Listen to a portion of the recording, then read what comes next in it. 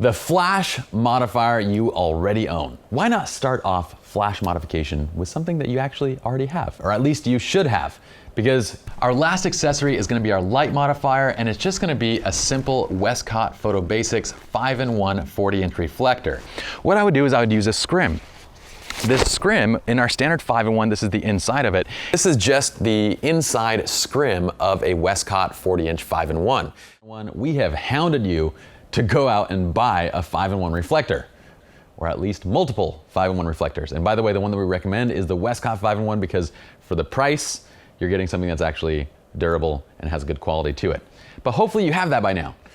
So bust that little guy out, because inside of your 5-in-1 is a Scrim. Now that Scrim is just simply a diffusion fabric that's placed over the metal kind of band of that reflector to kind of keep it taut.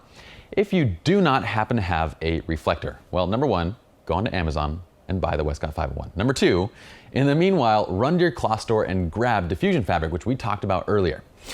Because essentially what we're gonna do here is we're gonna modify Midday Sun with a Scrim, and then we're gonna fire flash through it to amplify the existing light, but to also create a very soft light. So essentially what we're gonna be doing is using our off-camera flash to balance our subject to the background while diffusing direct daylight and then adding punch to it. It's a really cool overall technique, and it's one of my favorite techniques, especially when it comes to bridal portraits such as this one. So we have our lovely Indian bride. Let's go ahead and start with our process and tips. Now we are in a field, just an open field in midday sun. There are virtually no clouds in the sky, so it is a very, very bright situation.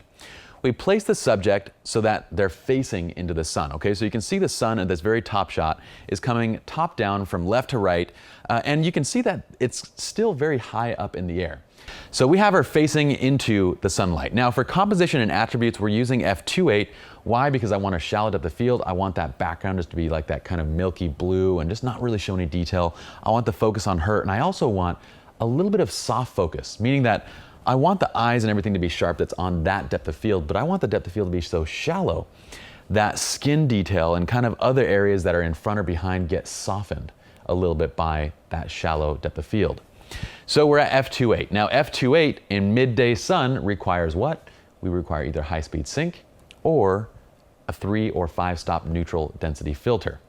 Now again, we're using the Tiffin filters, and how do you know whether you need a 3-stop Tiffin or a 5-stop Tiffin filter? Well, the main thing there is that if you're shooting in a situation where you basically have sun plus a bit of overcast, and that sun is basically being scrimmed, or it's kind of being diffused by clouds, then a 3-stop is going to be adequate. If it's direct sunlight, then most likely you're going to end up needing a 5-stop ND filter. Okay, so we achieve sync. We're using a 5-stop ND filter. We're at 1/200th of a second shutter speed and ISO 400. And why are we at ISO 400? Okay, that's the question that you might be asking yourself. Why didn't he use a 3-stop in this situation and then just go at ISO 100? We'll use anywhere between ISO 400 to 1600 in midday sun when we want to create a soft and filmic look to the image. Now, old film cameras, what did they have? They had grain and they had less dynamic range than our digital cameras today. So an easy way to mimic that is to bump the ISO up, which reduces dynamic range and adds grain in a natural way. So it's one of my favorite ways of getting to a soft and kind of filmic look. And here I just want a little bit of that, so I'm using 400 ISO. If you want more, you can go up to 800, 1600, 3200, whatever you want. But play with that technique, it's really fun to use. Okay, so light direction and quality. Now the Scrim is used to camera left to diffuse that direct sunlight. This is what it looks like when it's diffused, and this is actually a great technique in and of itself. So what we'll often do is if we're in a pinch, we'll just bring that Scrim in really close to the subject, we'll scrim off the direct light, and we'll expose based on skin tone.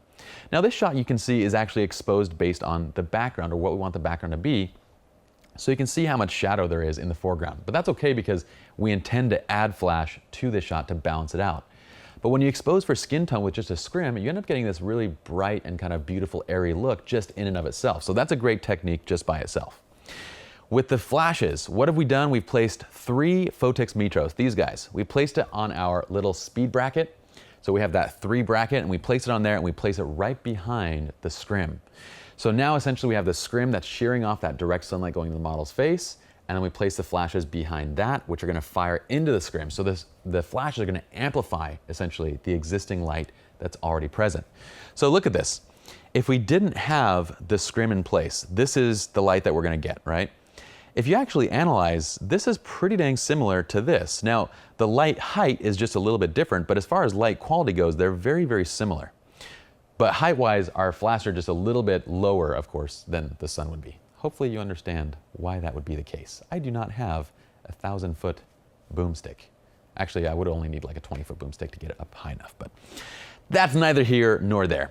We want the light to not come too high, and the reason for that is we want it to be top down. We don't want to ever light up again, because lighting up is going to create that unnatural look, where if we don't want an unnatural look, then we definitely don't want to light bottom up.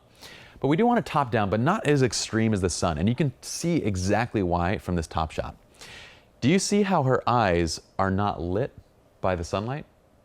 The reason why that's the case is because the sunlight is coming from so high that basically her eyebrows and her eyelashes and lids are blocking the light off from entering the eyes. So while we want that flash placed higher than where she's at, we don't want it so high that it does the same thing, that it basically blocks off. So we want it to enter the eyes so that way we get nice and bright eyes. Again, we don't need to do really any post-production work when we shoot it correctly with the light. So, no scrim, this is just direct sunlight, with scrim exposed for background, and then no scrim with just the Photex Mitros firing into her directly. Okay, so what do?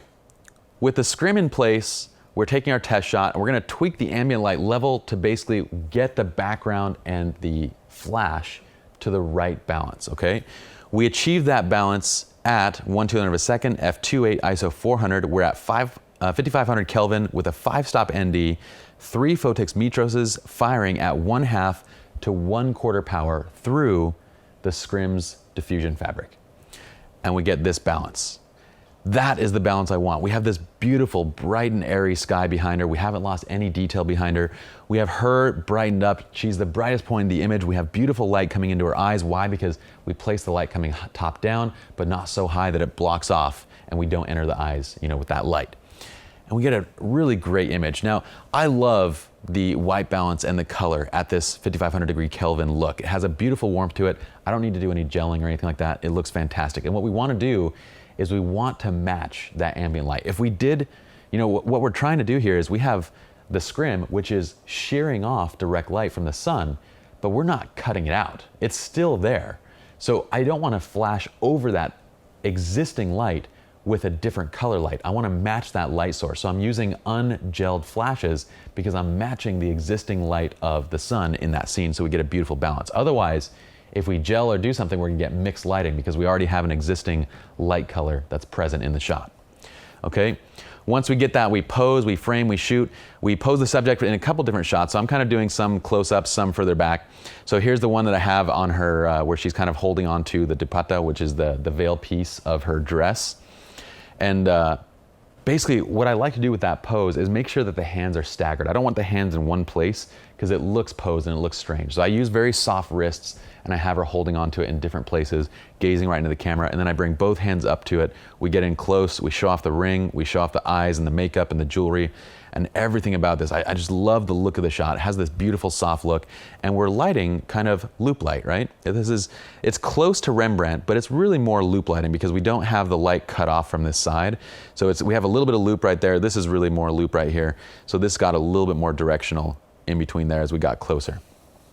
But with them, you want to make sure that between shots you're analyzing. So what are we trying to analyze with these types of shots? We want to make sure that 1, our ambient light to flash exposure is balanced correctly, and 2, our shadows. So especially when she has this veil, the dupatta, when she has that in place, we want to make sure that the light is not creating shadows that are too dramatic. So if we push the flashes too far back, we end up casting a shadow across her face. We want to avoid that. So making sure the shadow and light direction is great. Also, when you're shooting midday sun like this, your models, your subjects are going to sweat. They're going to get oily skin. So between shots, I'll have her just dab real quick, and I have the guys do the same thing because we want to create a soft look in the skin, and by dabbing, we kind of neutralize the oil in the skin. And also by using a large and soft light, we neutralize that as well. Remember in the analysis too, one thing. from Lighting 101, we talked about the softness of the light source in relation to the subject is going to be based upon its size in relation to the subject, right? So the closer that scrim is to her, the more soft the light is going to appear than the further that scrim is from her, because that's the size of the light source. Now with the flashes, the further the flashes are from the light source, the more time that the flash has to open up and to hit the full size of the diffuser. But with that distance, of course, comes the inverse square law, where we're losing light power, right? So there's a balance there. You need to make sure that you bring the flashes close enough to the scrim where it can open up and hit the full scrim without losing too much light, essentially. Okay, so anywhere between 1/4 to 1/2 power when we're using 3 flashes. This is one of those situations, again, that I'm using the 3 Photix Mitroses stacked because I want to shoot quickly. I want to move through these shots and get several different versions of the image and get several shots of each just to make sure I have tack sharp images. So I'm trying to shoot at around 1/2 to 1/4 power, so that way I don't have to wait for that full power recycle time every single time. So this is one of those cases where, could we do this with a single pocket strobe? Yes, at full power you can. But with 3 at 1/4 power, you can do it with much quicker recycle times and really shoot kind of in a more natural and fluid way. So that's why we're using it in this case. All right, so that's it for this video. Hopefully you all enjoyed. Hopefully this gives you ideas, even when it comes down to midday, bright and harsh light, how you can modify it using simple techniques and equipment that you already have to get a beautiful natural light look. Action. Should I start this video out like this? Ah! Did I wake you up? Should I start it like that? Can we do another take on this? Do you want me just to continue, or do you want to do another take?